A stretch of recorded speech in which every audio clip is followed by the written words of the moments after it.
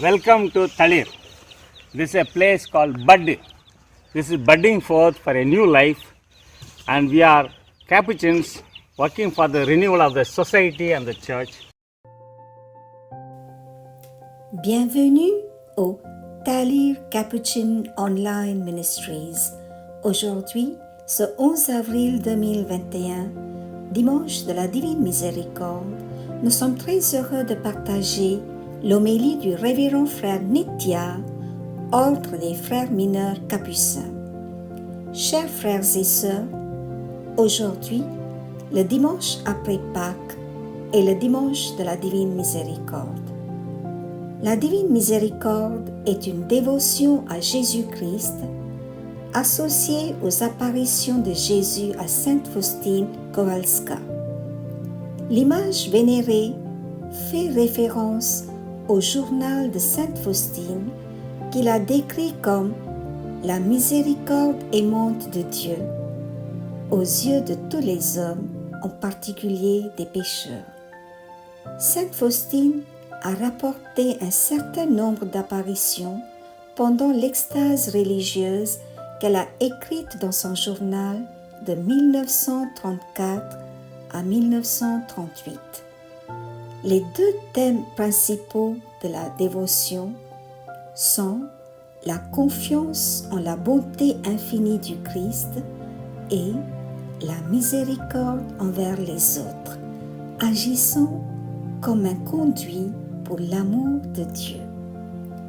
Tous les jours, 15 heures est l'heure de la miséricorde, l'heure de la mort de Jésus, selon le journal de Sainte Faustine. Une autre forme très populaire de la dévotion est le chapelet de la Divine Miséricorde.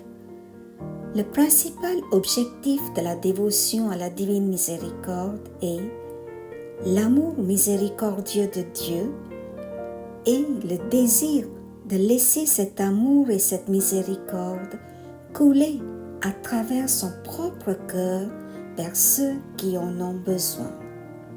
Le message de la Divine Miséricorde que sœur Faustine a reçu du Seigneur ne visait pas seulement sa croissance personnelle dans la foi, mais aussi le bien du peuple.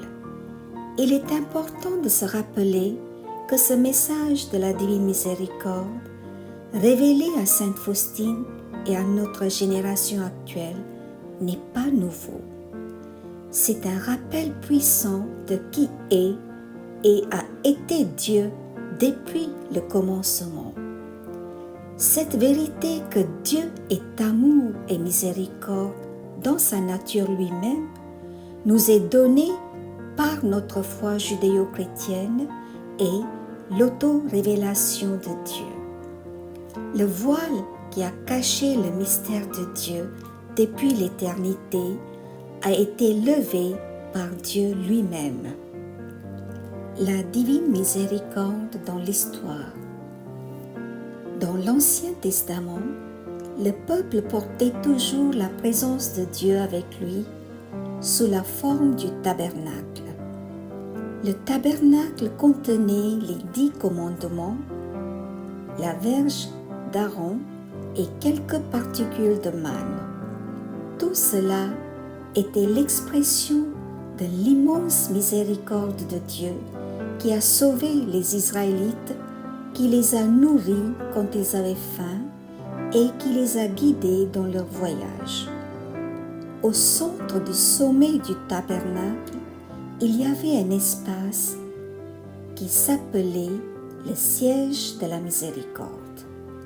En fait, ce siège de la miséricorde est le point central de la présence de Dieu dans le tabernacle. L'Ancien Testament parle souvent de la miséricorde de Dieu avec beaucoup de tendresse. Pourtant, c'est Jésus qui, par ses paroles et ses actions, d'une manière extraordinaire, nous a révélé Dieu en tant que Père aimant, riche en miséricorde, riche en bonté et riche en amour. Jésus a proclamé au peuple Soyez miséricordieux comme votre Père céleste est miséricordieux. Il y a aussi une autre version qui dit « Soyez donc parfaits comme votre Père céleste est parfait ». En fait, bibliquement parlant, être parfait, c'est être miséricordieux. Dans l'Ancien Testament, il y a un rappel constant à être miséricordieux envers les malades, les veuves, les orphelins et les étrangers.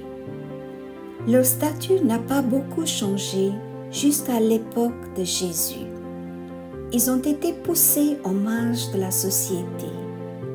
Jésus a proclamé la bonne nouvelle aux pauvres, la liberté aux captifs, la vue aux aveugles.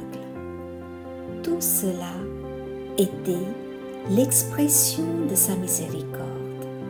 Jésus a pris le parti de ces pauvres, des marginalisés, des opprimés, proclamant ainsi la miséricorde de Dieu tout au long de sa vie. La divine miséricorde en action. Nous avons tendance à prendre la voie la plus facile en nous concentrant principalement sur le récital et le chant sur la miséricorde divine et à oublier la miséricorde de Dieu, beaucoup plus exigeante dans l'action concrète. En cette fête de la divine miséricorde, en plus des prières spéciales de la divine miséricorde, nous sommes également appelés à nous interroger si chacun de nous peut consacrer du temps quotidiennement pour au moins un acte de miséricorde. Il y a partout des occasions pour montrer la miséricorde aux autres dans le besoin. Les malades, les personnes âgées, les souffrants sont toujours autour de nous. Le pape François nous rappelle toujours qu'il y a lieu de s'occuper de ceux qui sont de la périphérie. Nous avons reçu miséricorde sur miséricorde dans notre vie. C'est aussi un rappel pour nous d'étendre cette miséricorde, la tendre attention et la compassion de Dieu à ceux qui sont dans le besoin. Acte concret de miséricorde. Dans notre vie quotidienne, chaque moment est l'occasion pour nous de faire preuve de miséricorde et de compassion. Comment allons-nous le pratiquer? Avec quelle efficacité dois-je cultiver la miséricorde et la compassion dans mes pensées, mes paroles et mes actions?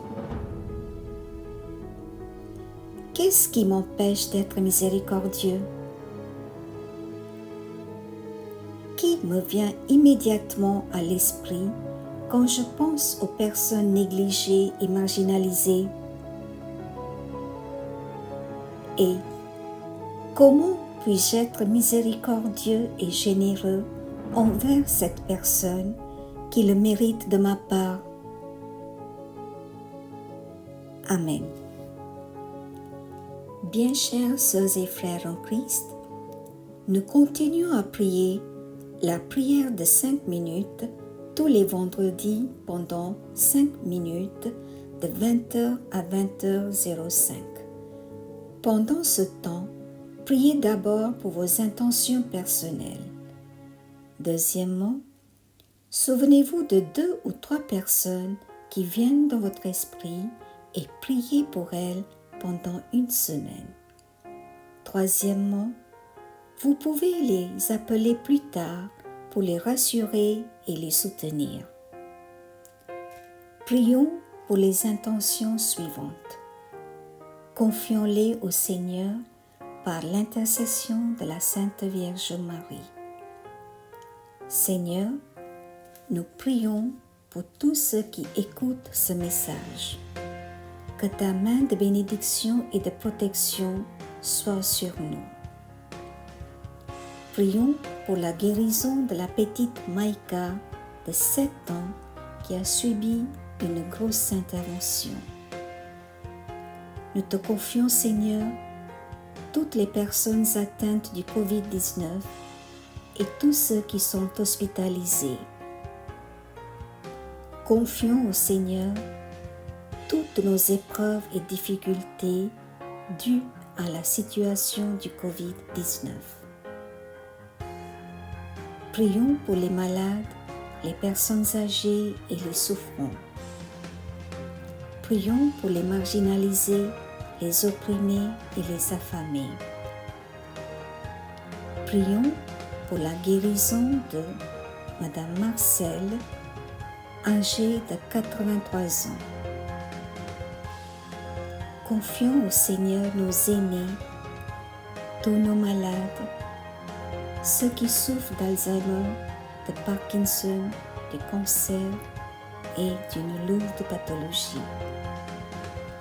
Que le Seigneur leur accorde la guérison, réconfort et soulagement. Prions pour tous les étudiants, les jeunes et les moins jeunes qui vivent difficilement la situation actuelle de la pandémie. Que notre Dieu d'amour leur accorde force et courage pour s'accrocher à la vie. Prions pour les victimes du coronavirus.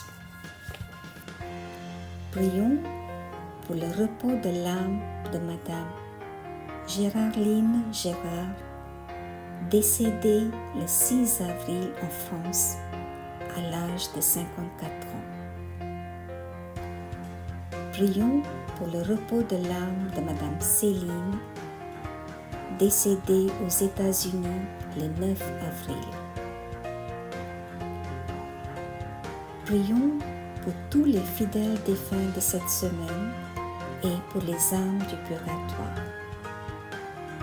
Que les âmes des fidèles trépassés reposent en paix par la miséricorde de Dieu. Amen. Prions ensemble. Jésus miséricordieux, nous te remercions de nous avoir révélé ta divine miséricorde tout au long de notre vie. Aide-nous à être miséricordieux comme le Père Céleste, qui fait briller le soleil sur les justes et les injustes, et qui fait pleuvoir sur les bons et les mauvais. Aide-nous à grandir au-delà de la mentalité du ghetto, à nous libérer du syndrome du « je », « moi », « mien » et à embrasser les plus pauvres et les marginalisés. Aide-nous à poursuivre cette mission dans notre vie quotidienne. Amen. Alléluia. Je vous remercie. Bonne fête de la Divine Miséricorde. Soyez bénis et comblés de grâce.